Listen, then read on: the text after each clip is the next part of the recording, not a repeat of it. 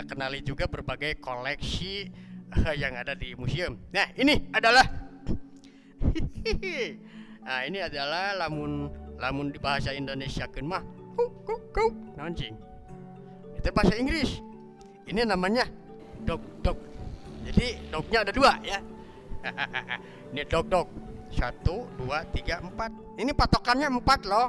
Gitu ya. Ini tidak bukan berarti tanpa alasan. 4 ini ada 4 bentuk, 4 ukuran, 4 fungsi, 4 nama, dan juga 4 peranan. Nah, yang paling kecil di sudut sini kanan, ya dog-dognya semua dog ini ya, yang pernah ingat lah, dog ini adalah media alat kesenian untuk pertunjukan reog utama. Nah, dog ini ada 4. Yang paling kecil berdiameter kurang lebih 20 cm namanya tingtit atau tiling tingtit. Nah, lumayan iya biasanya disebutnya dalang. Pakai benok beda, tempat tukang menerken, lamun usahajan tukang nyen konflik, ya mah disebut dalang. Dalang darat, tetapi dalangnya dalang reognya ini namanya tingtit. Karena awal opening terus naon, tanya dari sini kodenya tiling tingtit tingtit tingtit tingtit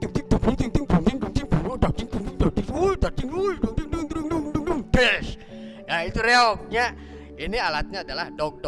Yang pertama tingtit berdiameter 20 cm.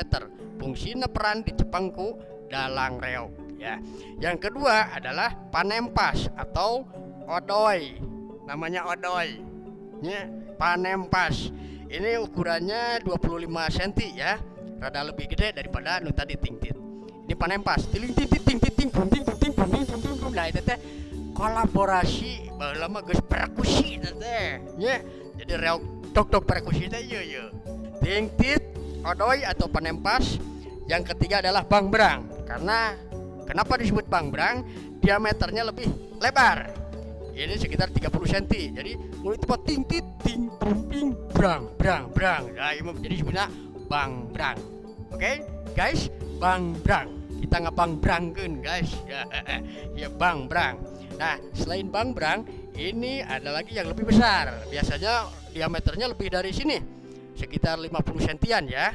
Nah, tapi karena memang di kita ini tangkal kawung atau tangkal daun ya sudah terbatas, jadi juga memang tidak banyak dog ini yang berukuran besar. Ini namanya di beberapa daerah dikenal dengan nama badublag atau gudiblag atau godeblag. Apalah itu namanya, yang jelas ini bersuara badubang plak tum blag blag menyerupai buduk. Tahu buduk yang suka ditakol?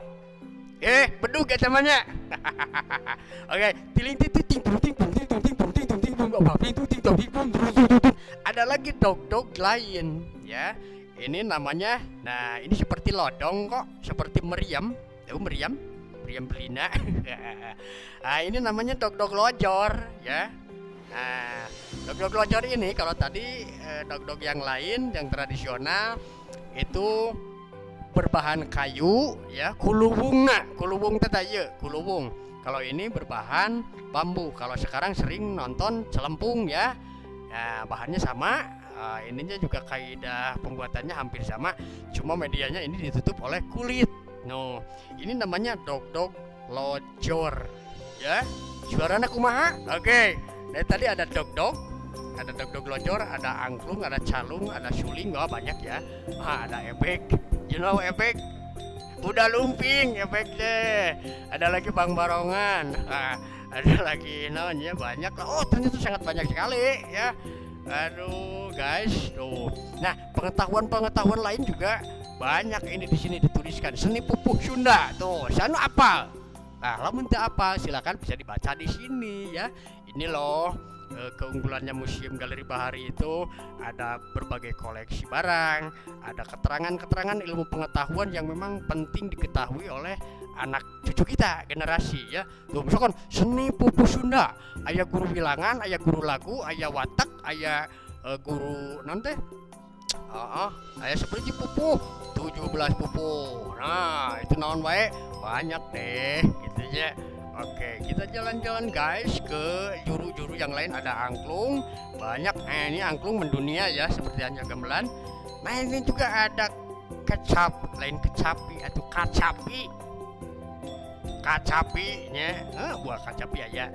Jadi nah sekarang gini, lamun di urang oh iya alat naon kacapi, terus tiba-tiba kudu di bahasa Indonesia kan siapa urangna ngobrol jeung urang luar misalkan jadi kecapi ulah jadi kecapi mah kacapi ya. Jadi ikon Sunda sebagaimana mestinya nah itu tidak semua bisa dirubah.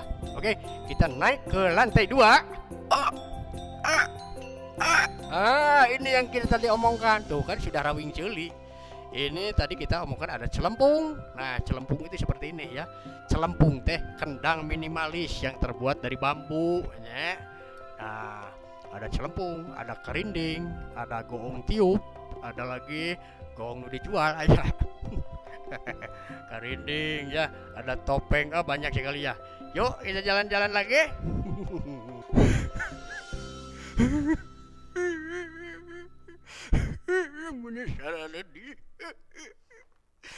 Sumpah demi mah gamelan oge kuat dikacaan.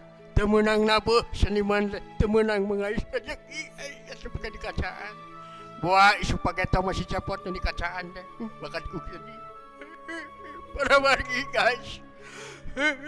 Ai gain benang bari cerik. Menangkeun bae ya urang terangkeun. Ieu teh ngaranna replika gamelan ieu teh. Gamelan teh ikon Nusantara. Ieu teh orkestra. Apa orkestra?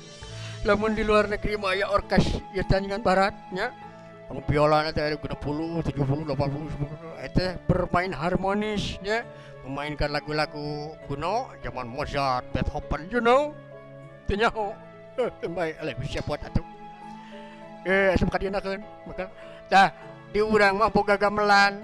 Ai gamelan teh alat musik tradisional yang dimainkan lebih dari 4 orang, bisa 15 orang, 20 orang. Eta teh mengandung nilai edukasi kunaon ku pade ayeuna dijieun miniaturna di dieu supaya anak ini sudah mengenal karena di masyarakat sudah jarang ningali pertunjukan gamelan. Aduh mudah-mudahan kemah ku pade teh di damel gamelan anu nyaan.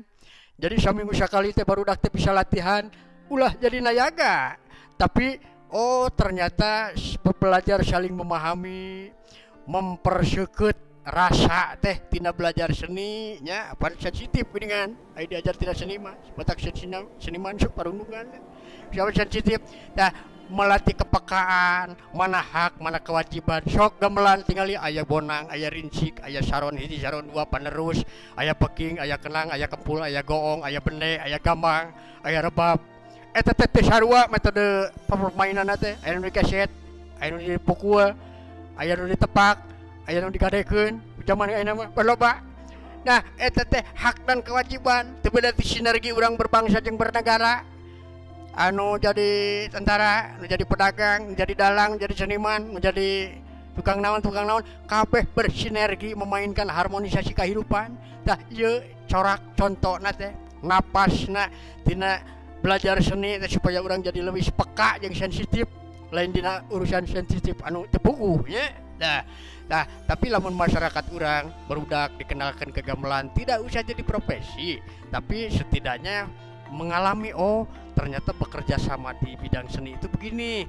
Ketika saya menjalankan tugas sebagai tukang bonang, saya tidak boleh nabuh bonang siga nabuh goong. Ketika saya ngagoong tidak boleh cara menabuh goong dipakai nabuh kenang, tapi masing-masing hak dan kewajibannya. Kenangnya kenang, rebabnya rebab, goong, saron, bonang masing-masing beda kulak canggemna, tetapi memainkan satu harmonisasi musik yang genaheun.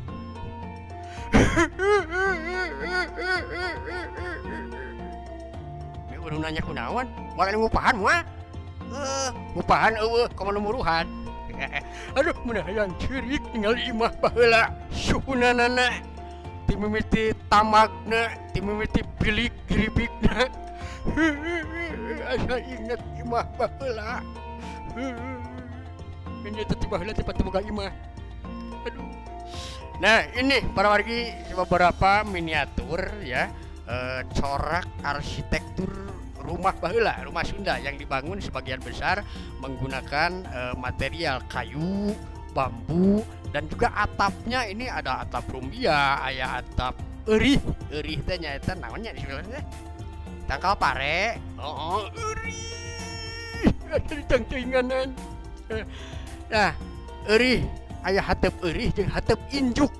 Nah, ternyata khasiatnya setelah survei di berbagai sumber, ternyata rumah yang sehat salah satunya adalah rumah panggung tradisional ya.